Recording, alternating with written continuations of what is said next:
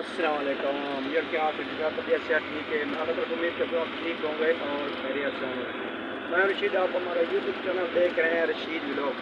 जैसे कि आप जानते हैं कि कल हमें सप्लाई पे जाना है, तो आपको तो पता है छुट्टी होती है, व्लॉग नहीं बना सकता।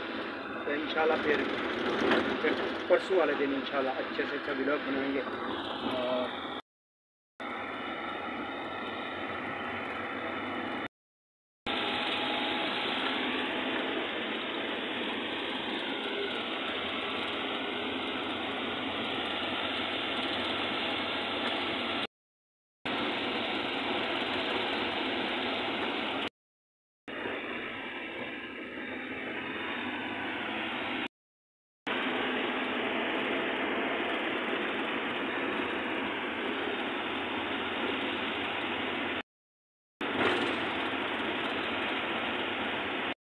हाँ जी, और हम अभी पहुंच गए घर, क्योंकि एक दिन पहले माल ले आते हैं इस प्ले का, और सुबह हमें 5:30 या 5 बजे रवाना होना पड़ता है और पूरा दिन सेल करते हैं। और जो है मजबूरी मेरी एक, मैं वीडियो नहीं बना सकता, इसीलिए मैं माजरत चाहता हूँ।